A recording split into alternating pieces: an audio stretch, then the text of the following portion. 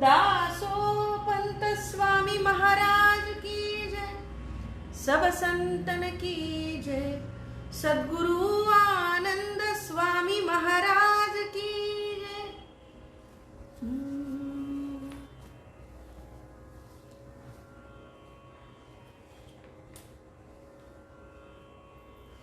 अभ्यासेऽपि समर्थोऽसि मत्कर्म परमो भव, मदर्थमपि कर्माणि कुर्वन् सिद्धी मवाप्स्यसि। काल खरं म्हणजे नेटवर्कमुळे अगदी खंड पडू नये म्हणून काही ओव्या फक्त घेतल्या. त्याच्या पुढे मी आज सुरू करते. आकाश तुटो निवरी पडो, मोक्षू न हो बंधु घडो, लौकिको परमार्थो बुडो, परिणते सोडावे माझ्या कर्मासाठी, तू आपणा द्यावे किरीटी, स्वहिता विहिताची गोष्टी न करावी पुनरपी, येथे निश्चयो असावा दृढतरू, आणि प्रीती योगू अपारू, तरी मत्कर्म विधू आचरण. तुला तर इतकं ऐकत होतं. संपादेल प्रेमे निश्चये वाचून, हे करणी माने कठीण, लौकिकू वाजे मन, आपुले हि नेघे, आता तो निश्रयो हि नसेल, प्रेम ते काहीची केवळ, मन दो ठाई वाटेल अर्जुना तुझे, येण्याची कृतकृत्य होईन, की आन एक करू साधन, एकनिष्ठा करिता भजन, शंकिती लोक, ज्ञान तव येथन दिसे, साधन परिकठीण असे, नसतेनि निर्धारे, प्रेमांशे ऐसे मानेल, तरी तेन सांडावे अर्जुना, उपाया सांगेन आना, तू ते ठाके मना, माने लोकाचिया. दोन गोष्टी फार आवर्जून दासोपंतांनी या ठिकाणी अर्जुनाला श्रीकृष्णाच्या तोंडून सांगितल्यात. या भक्तियोगामध्ये हे अर्जुना, प्रेमे निश्चये वाचून, या दोन्हींच्या मध्ये स्वल्प विराम आहे. प्रेम आणि निश्चय या दोन्हींची किती गरज आहे हे त्यांनी पुढे वर्णन करून सांगितलं. लौकिक परमार्थ या सगळ्यांना बाजूला ठेवून मनाचा निश्चय हा अतिशय पक्का असला पाहिजे, आणि त्यानेच हा जो सगुण भक्तियोग आहे तो तुझ्या पदरात पडू शकतो. मला तुकाराम महाराजांचा अभंग या ठिकाणी आठवतोय. निष्ठावंत भाव भक्तांचा स्वधर्म, निर्धार हे वर्म चुको नये, निष्काम निश्चळ विठ्ठली विश्वास, पाहू नये आस आणिकांची. आणि अशा प्रकारचा विश्वास, श्रद्धा आणि त्याच बरोबर प्रेम, निष्ठावंत भाव ही भावना आहे जी प्रेमयुक्त असली पाहिजे. आणि म्हणून निष्ठा, निश्चय आणि प्रेम या दोन्हीही गोष्टी, या दोनच ठाई मन दो ठाई वाटेल अर्जुना तुझे, असं दासोपंत म्हणतात. मदर्थमपि कर्माणि कुर्वन, मदर्थमपि कर्माणि कुर्वन या पदावरती भाष्य करतायत दासोपंत. जे जे विहित ठाके शरीरी, ते मज कारणे तरी करी, मग होईल पुण्य सामग्री क्रमे क्रमे. जे जे करिसी तीर्थाटन, माझी प्राप्ती इच्छितेने करून, मग सुकृत कारण होईल प्राप्तीचे. स्नान संध्या देवार्चन, वैश्वदैविक औपासन, मंत्र जपो अनुष्ठान यज्ञयाग, नित्य नैमित्तिक सकळ कर्म करिता केवळ, अंती माझी प्राप्ती फळ तयाचे चिंती. जे जे करीती उपासना, तेथे माझी प्राप्ती मागे अर्जुना. झोंबो नेदी कामना, आणि कार्था आपुला स्वधर्मो आचरता अनादर स्वभावे नुपजे चित्ता आणि लौकिकू तो सर्वथा न पडेवरी यया वेगळे शुभ सकळ ते आधी तुझेची मन घेईल मग ते करी तात्पर्य केवळ ते उपजावेची न लगे एवं नित्य नैमित्तिक विहित आणि येर तीर्थ दान व्रत करिसी काही सुकृत आपुले निसावकाशे ते मजची कारणे करी माझी प्राप्ती इच्छी अंतरी एवं मदर्थ तरी या परी करिता कर्म. तुझी जी नित्याची कर्म आहेत ही नित्याची कर्म उपासना वैश्व देव यज्ञ दान धर्म हे सारं तू कर, पण त्या ठिकाणी फक्त माझ्या प्राप्तीसाठी हे सारं करतोय ही भावना असू दे. आणि स्वधर्म आचरत असताना हा तुझा जो स्वधर्म आहे जे विहित कर्म आहे शास्त्रांनी निर्देश करून तुला करण्यासाठी सांगितलेलं म्हणून जे धर्मकर्म आहे ज्याला स्वकर्म असं म्हटलंय ती सारी स्वकर्म करत राहा, तुला माझी प्राप्ती होईल हे निश्चित जाण. सिद्धी मवापसेसी तू ते तेणे पुण्यबळे सत्वशुद्धी होईल सकाळे मग रजतम दोषी धूपले उरेल चित्त. आणि क्रमाक्रमाने हे पुण्य प्राप्तीचं फळ तुझ्या पदरामध्ये पडल्यानंतर सत्वशुद्धी होईल. आणि या सत्वशुद्धीच्या नंतर त्यांनी असं सांगितलंय सत्वशुद्धी आणि रजतम दोषी धूपले. हे जे चित्त आहे ते चित्त रजतमाचा धूप होईल आणि सत्वशुद्धी तुझ्या चित्ताची होईल. अशा प्रकारचं चित्त तुझ्या ठाई उरेल. तेणे निश्चय होईल माझ्या ठाई उपजेल प्रेम अक्षय ध्यान योगाची जाणे सिद्धी होईल. आणि अशा प्रकारे निश्चितपणे माझ्या ठाई तुझा जो निश्चय आहे त्या निश्चयानं प्रेम उपजेल. ध्यान योगाची सिद्धी त्या ठाई प्राप्त होईल. मन बुद्धी माझ्या ठाई घालावया दक्षुतई होसी स्वरूपे जाणे कर्मे जन्मांतरी विलंबे परंतु जाण सत्कर्म ही मोक्षाचे साधन जरी ते मतप्राप्ती लागून केले होय येथे ऐके गा अर्जुना असावी मतप्राप्तीचीच वासना आणि विहिता चरणी मना नुपजावा त्रासू. स्वधर्म म्हणून विहित कर्म म्हणून हे सारं जे काही तू करतो आहेस याच्यासाठी फक्त आणि फक्त माझ्या प्राप्तीची वासना माझ्याच प्राप्तीची इच्छा मनामध्ये ठेवून हे सारं तू कर्म आणि याच्यामध्ये माझ्या स्वरूपाच्या जाणण्यासाठी हे जे तुला वाटतं आहे की हे सगळं करताना विलंबे परंतु जाण सत्कर्म ही मोक्षाचे साधन. मोक्षाच्या साधनासाठी विलंब लागेल कदाचित, पण सत्कर्म हेच तुझ्या मोक्षाचं साधन आहे हे लक्षात ठेव. आता मतप्राप्तीचे सुख नेणता न होसी ते तू इच्छिता असो अगा ते करावे विहिता काय के स्वार्थे. आणि माझ्या प्राप्तीचं हे जे सुख आहे ते सुख प्राप्त होण्यासाठी तू जर हे इच्छित असशील तर असो अगा ते करावे विहिता. बाकी सारं असू दे राहू दे, पण तू फक्त विहित कर्म नीती नियमानं निश्चितपणे प्रेमपूर्वक करत राहा, याच्यामध्ये स्वार्थ पाहू नकोस. अथ इत्यदप्य शक्तोसी कर्तुम मद्योगमाश्रितः सर्व कर्म फलत्यागम ततः कुर्यतात्मवान. अथ एतदपि कर्तुम शक्तोसी या पदावरती ते पुढे बोलतायत.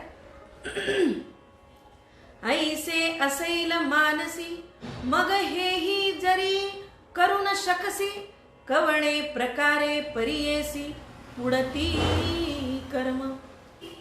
आणि हे अर्जुना, तुझ्या मनामध्ये असा प्रश्न निर्माण जर होत असेल की हेही आपल्याला करणं अशक्य आहे, कसं करावं, पुन्हा तुला हा जर प्रश्न निर्माण होत असेल तर हे ऐक, पुढचं कर्म माझ्याच्याने कसं घडेल, पुढती कर्म कसं करावं. तुझ्या मनात जर हे असं आलं की कोणत्या प्रकारे मी ही पुढची कर्म करू, तर ऐक, मद्योगमाश्रितः या वचनावरती, या पदावरती पुढे दासोपंत म्हणतायत, अवधारी गा धनुःपाणी. ऐक धनुःपाणी अर्जुना, पार्था, माझा प्राप्तियोगू आश्रयुनी विहिता कर्मा लागुनी प्रकृती कारणे. अतिशय नैसर्गिकपणे, स्वभावाने, उपजतपणे, उपज विहित धर्माप्रमाणे स्वधर्माचा अवलंब करून, आचरण करून, त्याप्रमाणे वागून माझा प्राप्तियोग, माझी प्राप्ती तू करू शकशील. मला आश्रय येऊन, माझ्या प्राप्तीला आश्रय येऊन तू विहित कर्म कर. एवं आश्रयुनी मत्प्राप्ती ते न शकसी करो कर्मा ते. माझ्या प्राप्तीच्या नंतर तुझी विहित कर्म होतील का, ती करावी लागतील का, ती करावीत का, मग ती कशी करावीत, असे प्रश्न तुझ्या मनामध्ये निर्माण होतील.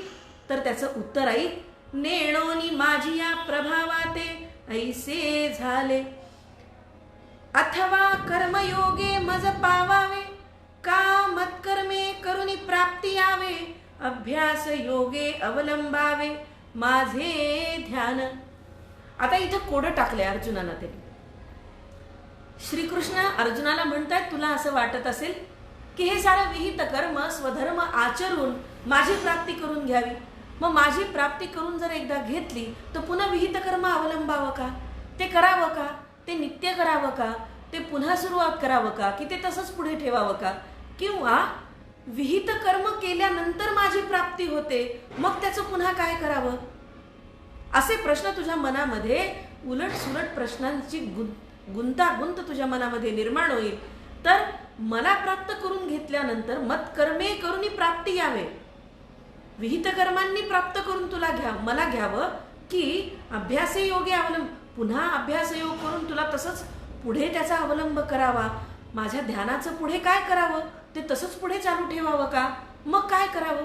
तर मग ध्यान योगे धनुःपाणी. किती सामान्य भक्तांचे प्रश्न आहेत बघा. हे अर्जुनाला हे प्रश्न पडले असतील की नसतील माहिती नाही.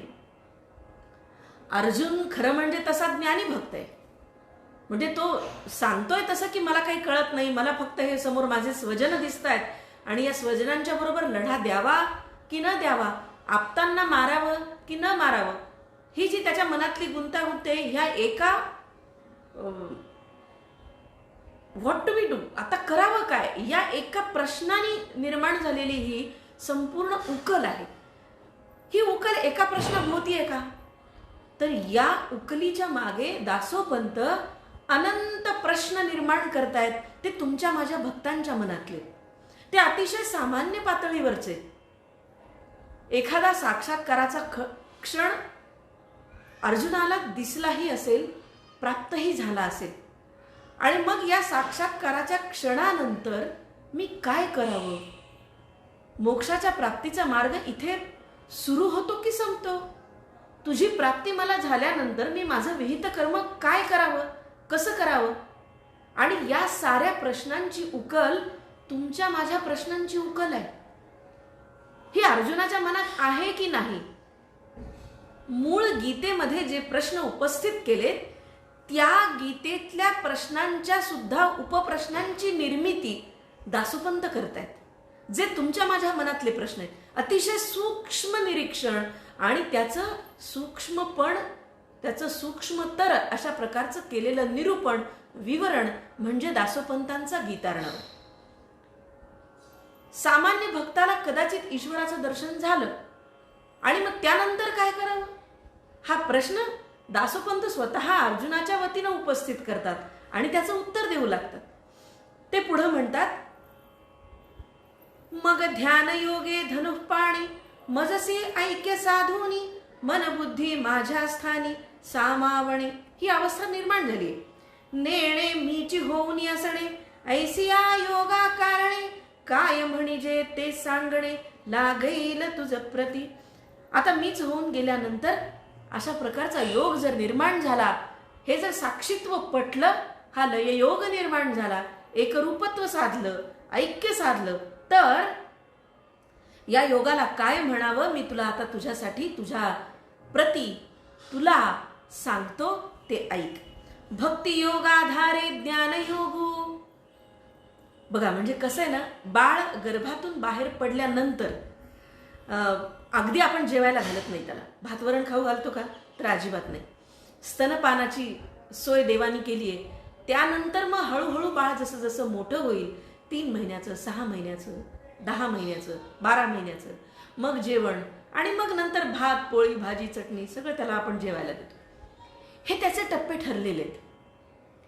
पण जन्मल्याबरोबर बाळाला आई असं सांगते का की हे बघ बाळा, तुला आता आधी दूध प्यायचंय, त्यानंतर तुला मी हळूहळू जसा जसा मोठा होशील तसं तसं वरण भात देईन, भाजी पोळी देईन, मग पुरणाची पोळी सुद्धा तुला खायला मिळेल? नाही. आईचा हा संवाद कितीही लाडाचं बाळ असलं तरी हा कधीच नसतो. का नसतो? एकतर त्याला कळतही नाही, आणि दुसरी गोष्ट, जे अवघड आहे, जे क्लिष्ट आहे, ज्या ज्या वयाच्या टप्प्यावर ते त्याला द्यायचंय त्याचं आधीच फीडिंग आई करत नाही. कारण तो वयाचा टप्पा, तो ज्ञानाचा टप्पा, ती समजुतीची वृत्ती, ती समज आल्यानंतर आपोआपच जेव्हा प्रत्यक्ष कृतीतून आई त्याला करून दाखवते, त्याला ती समज येऊन जाते. आणि म्हणूनच आई आधी सांगत नाही त्याला की तुला पुरणाची पोळी मिळणार आहे. अगदी तान्ह्या बाळाला हे कळेलच कसं? आणि म्हणून आतापर्यंत झाकून ठेवलेली गोष्ट श्रीकृष्ण अर्जुनाला त्यांनी सांगितलंच नाहीये. आता ते असं म्हणतायत, हा भक्तियोग तुझ्या ठाई निर्माण झाल्यानंतर काय करायचंय? भक्तियोगाधारे ज्ञानयोगू. आणि हळूच त्याला ज्ञानाच्या वृत्तीकडं, ज्ञानयोगाकडे आता दासोपंत अर्जुनाला वळवतायत. किती शिक्षकी, आईच्या हृदयाची शिक्षकी वृत्ती आहे बघा. हा, शिक्षकी शैली असणं वेगळं, आणि ममतेनं, आईच्या मायेनं त्याला शिकवणं, ह्या ज्या 2 गोष्टी आहेत, त्या दोन्ही गोष्टी एकत्र दासोपंतांच्या ठाई आम्हाला दिसत आहेत. आता दासोपंत गंमत बघा हा काय सांगतायत. मग ध्यान योगे धनु पाणी, मजसे ऐक्य साधुनी, मन बुद्धी माझ्या स्थानी सामावणे. भक्ती योगाधारे ज्ञानयोगू, तो मदाधारेची मोक्ष मार्गू, तारुआ आधारे जगू, जैसा समुद्र तरे. आता तुला तरुण जायचंय ना बाळा, तर यासाठी काय करावं लागेल? या भक्तीच्या आधाराने ज्ञानयोगाकडे तुला मार्गक्रमण करावं लागेल. आणि हे मार्गक्रमण कसं असेल? समुद्राचा तरुण जाणं हे नावेतून जाण्यासारखं असेल. हे तुला पोहायचं नाहीये. तर भक्ती तयार झाली, भक्तीचं अधिष्ठान निर्माण झालं, म्हणजे नाव तयार झाली. आता समुद्रामध्ये, या भवसागरामध्ये तरण्यासाठी तुला हातापायनी तर पोहायचं नाहीये, हातपाय मारायचे नाहीयेत. आता तुला ही भक्ती योगाची नाव तयार तू केली आहेस, त्या नावेमध्ये बसायचंय. आणि हा भक्तीचा हा जो नाव जहाज आहे, या जहाजामध्ये बसून हा समुद्र तुला तरून जायचा आहे. किंवा की खांदे बैसोनी उगेची असणे, आणि चिंतिलिया ठाये जाणे, तैसे मदाश्रित योगे येणे आहे की पा. हे अर्जुना, आता तुला निवांतपणे माझ्या खांद्यावर बसायचंय, कुणाच्या तरी खांद्यावर बसायचंय, आणि मनामध्ये फक्त इच्छा निर्माण करायची, किंवा मनामध्ये फक्त इच्छायचंय. काय इच्छायचंय? की आपल्याला या ठिकाणी जायचंय. मनामध्ये फक्त तू इच्छा व्यक्त कर, माझ्या खांद्यावर बस, इच्छा व्यक्त कर, आणि त्या ठाई, त्या ठिकाणी, त्या जागेवर तू आपोआप जाशील. तुला काही चिंता करायची नाहीये. तू फक्त शांतपणे उगीच माझ्या खांद्यावर बसून राहा, कुठल्याही प्रकारचा विचार करू नको. दासत्व मते हेची करणे. आता हे लक्षण सांगतायत पुढे. दास व्हावं आधी. ईश्वराचा दास झाल्यानंतर दास कधी खांद्यावर बसेल का हो? पण इथे बसलाय. दास झाल्यानंतर सुद्धा ईश्वराच्या खांद्यावर बसण्याचा जो अधिकार आहे, तो अधिकार सर्वांगाने, सर्वस्वाच्या समर्पणाने अर्जुनाला प्राप्त होणार आहे. आणि त्यानंतर दास असूनही आपल्या दैवताच्या अंकावरती, खांद्यावरती हा दास विराजमान होणार आहे. आणि फक्त अतिशय निवांतपणे बसून आपल्याला ज्या ठाई जायचंय, ज्या ठिकाणी जायचंय, त्या ठिकाणाची इच्छा व्यक्त करणार आहे. बघा किती सोपं सोपं सांगतायत दासोपंत. दासत्व मते हेची करणे, ईश्वरा अधीन होणे, आणि तया वेगळे न भजणे, निश्चये प्रीती. आणि दासाला फक्त हेच करायचंय, दास्य स्वीकारल्यानंतर ईश्वराच्या अधीन व्हायचंय, त्याच्या वेगळं दुसरं भजन करायचं नाहीये. आणि निश्चय आणि प्रीती या दोन गोष्टींची कास मात्र सोडायची नाहीये. मग तयाचे हितविहित, मोक्ष सुख ज्ञान मत, ईश्वरूचितो समस्त आपण वाहे. आता त्याला चिंताच करायची नाहीये, त्याला कुठलाच विचार करायचा नाहीये. त्याची एक अधिष्ठानाची जी पहिली बैठक आहे भक्तियोगाची, ती आता दृढ झालीये, ती तयार झालीये. त्यानंतर ज्ञानयोगाच्या बैठकीसाठी त्यानं फक्त ईश्वराला समर्पण व्हायचंय, त्याच्यावरती भार टाकून द्यायचा आहे. हा जो सगळ्या गोष्टींचा भार आहे, या सगळ्या गोष्टींची चिंता आहे. कोणकोणत्या गोष्टींची चिंता सांगतायत दासोपंत? हित, विहित, मोक्ष, सुख, ज्ञान आणि मत. या साऱ्या गोष्टींची चिंता तुला करायची गरज नाहीये, तो ईश्वर त्याची चिंता करेल. तू सुखे नैव बसून राहा. ऐसे असोनी सोपान, हे इतकं सोपं आहे, हे इतकं साधं आहे.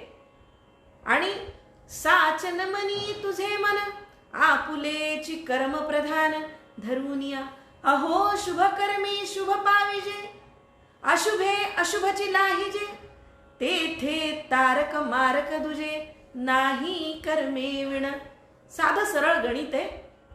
शुभ कर्मे शुभ पाविजे, अशुभे अशुभची लाहिजे, तेथे तारक मारक दुजे, नाही कर्मे विण. सत्कर्माचं फळ चांगलंच मिळणार आहे, आणि दुष्कर्माचं फळ, अशुभाचं फळ अशुभ मिळणार आहे. आणि म्हणून तारकही कर्मच आहे, मारकही कर्मच आहे.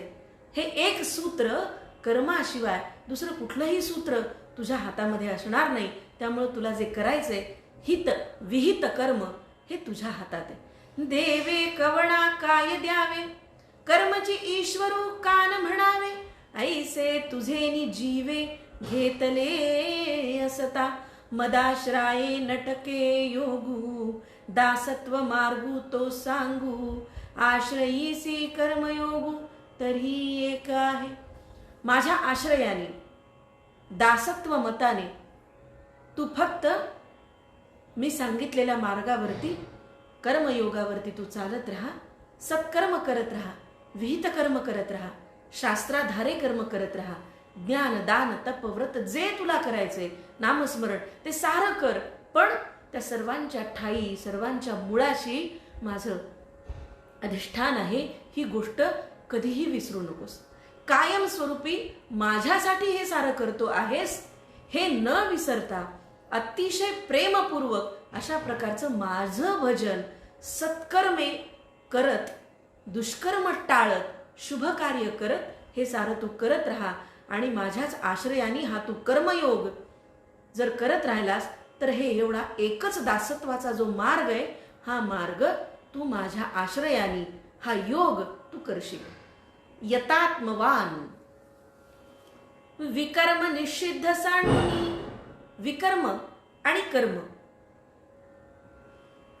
विकर्म म्हणजे त्याच्या कर्म, विकर्म आणि अकर्म अशा प्रकारची विवेचन शास्त्राधारांनी केलेले.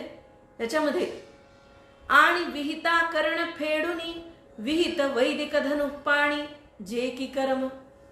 विहित कर्म रोजचे तुला नित्य कर्म करायचे, याच्यामध्ये विकर्माचा निषेध करायचा आहे. विकर्म म्हणजे वाईट कर्म, ज्याला आपण विकृती असं म्हणूया. प्रकृती, विकृती, याच्यामधली ही जी विकृती आहे, विकृतीचा अर्थ इतकाच आहे की तुला तुझ्या इंद्रियांचे जे भोग पुरवायचे आहेत, जी वासना पुरवायची आहे, जी इच्छा पूर्ण करायची आहे, ती इच्छा नियत मार्गाने करायची, ती नियमाने करायची.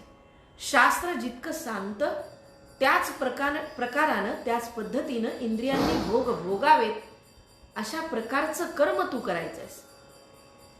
आणि याच्यामध्ये पंचेंद्रिय आणि पंचज्ञानेंद्रिय पंच कर्मेंद्रिय या सर्वांचा अंतर्भाव आहे.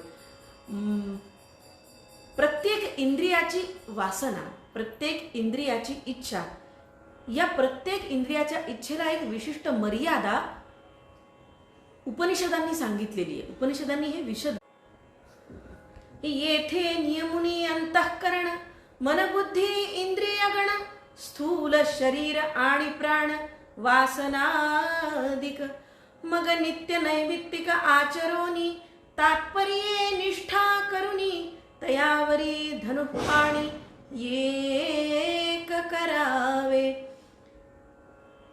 येथे नियमुनी अंतःकरण मन चित्त बुद्धी या साऱ्याच इंद्रिय गणांच्यासाठी जे मागे ते बोलून आलेत तेच पुन्हा सांगतायत.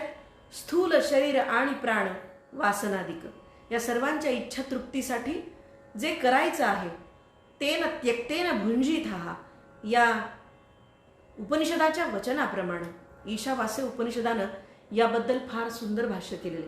खरं म्हणजे हा वेगळा विषय. पण मला नेहमी असं वाटतं की दासोपंतांच्या सूचनांच्या मध्ये किंवा विवरणांच्या मध्ये किंवा जिथे जिथे म्हणून तत्वज्ञानाचा अंतर्भाव ते करतात त्या त्या ठिकाणी उपनिषदांचं जे छाया आहे त्या उपनिषदांच्या वचनांची छाया प्रतिबिंब ठाई ठाई दिसतं आणि अगदी त्याच पद्धतीनं ते आम्हाला विवरण करत जातात. आणि म्हणून हे धनुक पाणी नित्य नैमित्तिक कर्म आचरत असताना निष्ठा ठेवून निष्ठेनं त्याच्यावरती निष्ठा ठेवून स्थूल शरीर प्राण मन बुद्धी सारे इंद्रिय गण आणि अंतःकरण या सर्वांचं नियमन करून तू माझी भक्ती कर. सर्व कर्म फलत्यागम ततः कुरुयतात्मवान याच्यामधल्या सर्व कर्म फलत्यागम ततः कुरु याच्यावरती ते भाष्य करतायत.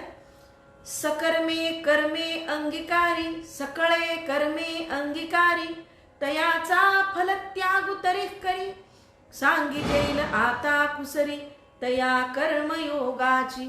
आता हे कर्मयोग कसं आहे प्रकरण?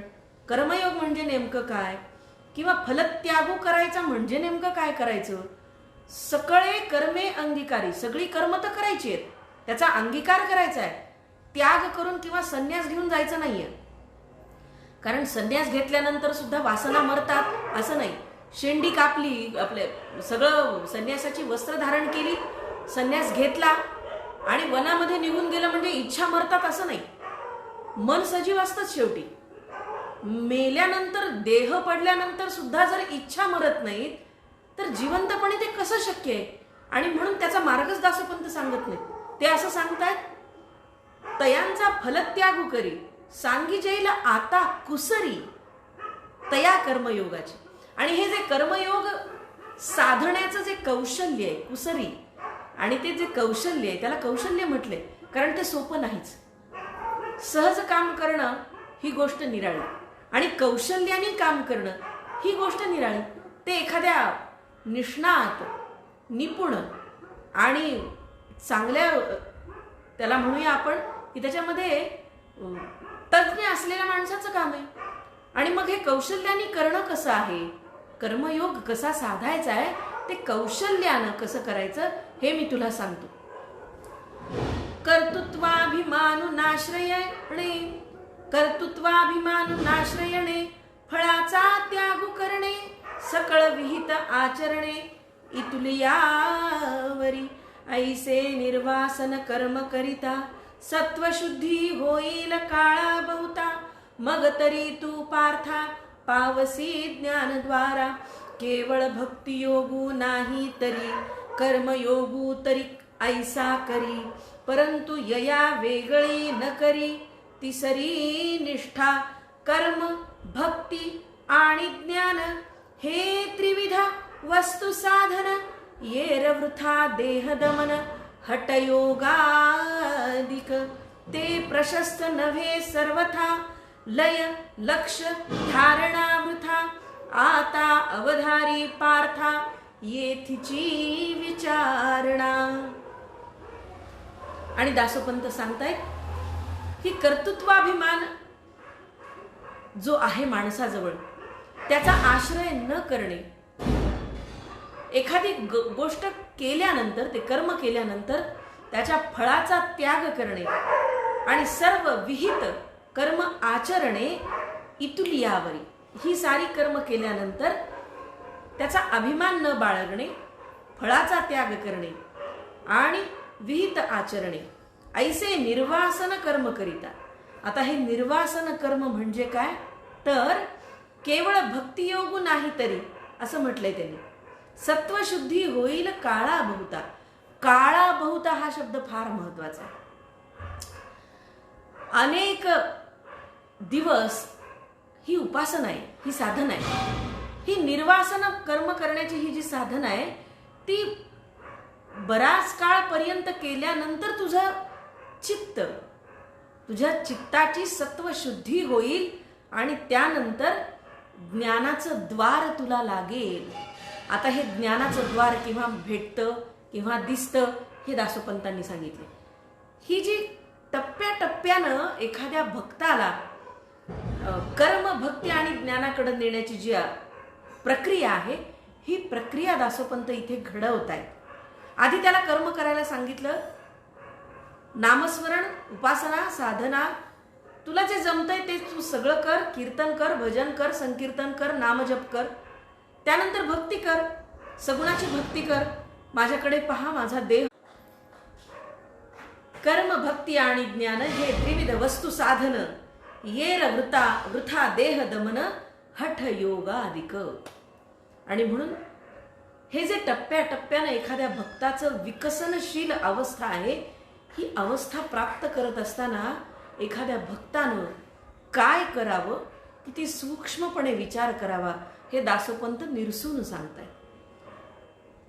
निर्वासन कर्म केल्यानंतर भक्ती आणि भक्तीच्या नंतर ज्ञानाचं दार तुला उघडं होईल. या 3 पायऱ्या दासोपंतांनी क्रमाक्रमानं या ठिकाणी सांगितल्या.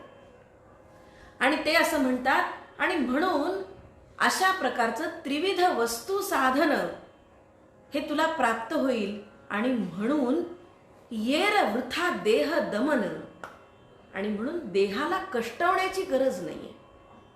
हे कष्टवणं कसं आहे, कशा प्रकारचं त्यांनी पुढे सांगितलंय, तर हठयोगाधिक साधनांच्यानी, या साधनांच्या आधाराने देह कष्टवणं गरजेचं नाही, ते करण्याची गरजच नाही. ते प्रशस्त नव्हे सर्वथा. नुसती गरज नाही असं म्हणत नाही, तर ते योग एवढंच सांगत नाही, तर हे जे हठयोगाधिक साधन आहेत, हे साधन ते प्रशस्त नव्हे सर्वथा, म्हणजे केवळ गरज नाही असं म्हणत नाहीत ते, तर ते असं म्हणतात ते योग्य नव्हे. स्पष्ट शब्दात दासोपंतांनी या ठिकाणी त्याचं उदाहरण केलेलं आहे. लय, लक्ष, धारणा वृथा. लय आणि लक्ष, आणि अशा प्रकारची ही जी लय आणि लक्ष योग धारणेची जी संकल्पना आहे ती निव्वळ वृथा आहे. त्याची काही आवश्यकता नाही, गरज नसताना हे सारं आहे. इतक्या साध्या सोप्या शब्दात दासोपंत सांगतायत, आता अवधारी पार्था येथीची विचारणा. आणि कर्म, भक्ती आणि ज्ञान या त्रिविध वस्तूंच्या साधनांविषयी तुला आणखी काही सांगतो, असं म्हणून दासोपंत पार्थाला या 3 पायऱ्यांवरती नेऊन ज्ञानाचा दरवाजा, ज्ञानाची कवाड कोणत्या ठाई उघडी होतात त्या अवस्थेपर्यंत आणून सोडतायत. उद्या बघूया पुढे दासोपंत आणखी काय विवरण करतात. आनंदे दत्तात्रेय देवदेव श्री सर्वज्ञ दासोपंत स्वामी महाराज की जय. सब संतन की जय. सद्गुरु आनंद स्वामी महाराज की जय. गोपाल कृष्ण भगवान की जय. आर्य सनातन वैदिक हिंदू धर्म की जय. भारत माता की जय. धन्यवाद.